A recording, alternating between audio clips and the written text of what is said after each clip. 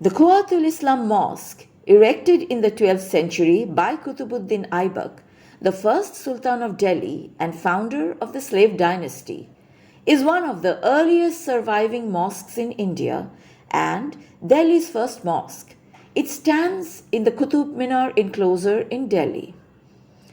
Having the glory of being one of the earliest mosques in India, it also bears the infamous history of being built on the site of Rai Pithora's Hindu temple, ravaged by Qutub. Qutubuddin initially called it Jami Masjid, but later renamed it as Quatul Islam, meaning the might of Islam, symbol of Islamic oppression of India's existing religions and belief systems. Qutubuddin was originally a slave from Turkestan. Qutub rose to prominence as a general during Muhammad Ghori's invasion of India in the 1180s. After Muhammad's assassination in 1206, Qutub seized the throne and crowned himself Sultan of the Mamluk dynasty, also known as the Slave dynasty, in keeping with Qutub's humble origin. Qutubuddin was a fanatical Muslim. When his garrison occupied Delhi under the command of Muhammad Ghori in 1192, he ordered the destruction of 27 Hindu and Jain temples to furnish building materials for the construction of Delhi's first mosque, built on the site of a large temple located in the center of a citadel, ravaged by him. The Quatul Islam Mosque is one of the most complex and controversial monuments of its kind. Controversial for, as I said earlier, for its history of being built on the site of a Hindu temple, destroyed just for that purpose. There are several chronicles on record indicating this. Number 1. The most controversial part of this structure is the foundational inscription placed on the eastern gate, which now forms the main public entrance. Attributed to Qutubuddin Aibak, it states that 27 Hindu and Jain temples were demolished to build the congregational mosque. Number 2. Qutubuddin Aibak's chronicler Hasan Nizami, in his Tajul Masir, wrote, "The conqueror entered the city, and its vicinity was freed from idols and idol worship, and in the sanctuaries of the idols, mosques were raised by the worshippers of the one true God, Allah." Number 3. Of the sites selected by Aibak for the construction of the mosque, Ibn Battuta, the 14th century Arab traveler, wrote that before the taking of Delhi by Aibak, it had been a Hindu temple, which the Hindus called El-But Khana, but after Qutub captured Delhi, it was used as a mosque. Number 4. The mosque consists of a rectangular courtyard enclosed by obviously Hindu Jain cloisters. At its entrance is a decoratively carved mandap, obviously again pillaged from the Jain temple. The mosque was hastily erected by Qutubuddin, who conscripted an army of local craftsmen, presumably Hindus, to assemble the structure, reusing the columns from the destroyed temples. But adapting them to be used in a mosque proved tricky, given Islam's injunction against the use of images in mosques. Hence, the highly sculpted columns of the demolished temples were plastered over, covering them with geometric designs. However, after centuries of neglect, the plaster has fallen away, revealing the original Hindu carvings.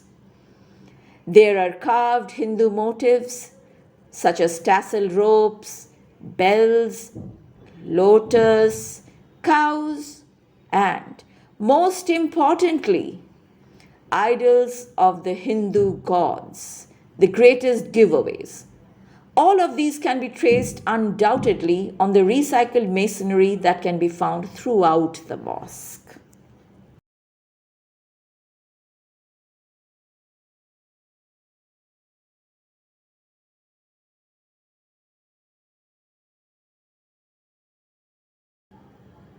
Evidence number 5. the iron pillar named Mehroli pillar that stands on the site, built in the Gupta period in the 3rd century CE. It bears inscription in Brahmi script, identifying it as the Vishnu Stambha of the Hindus. Although made of iron, it has resisted rust for over 1500 years, evidence of ancient India's, of the Gupta age's superb metallurgical skills. The Mehroli pillar or the Vishnu Stambha is the only piece of temple that stands in its original location in the courtyard.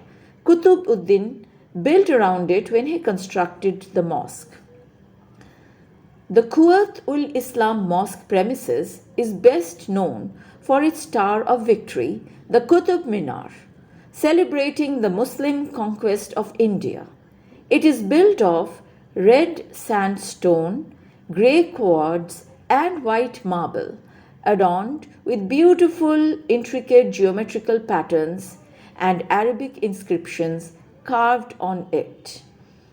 However, there is question mark on the origin of Qutub Minar too.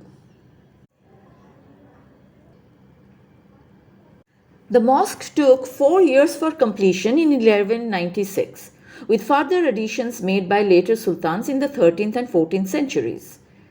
Expansion of the mosque continued after the death of Qutubuddin. His son-in-law Iltutmish extended the original prayer hall screen by 3 more arches. By the time of Iltutmish, the Mamluk Empire had stabilized enough, and so the Sultan had the time and space to replace most of his conscripted Hindu masons with Islamic ones.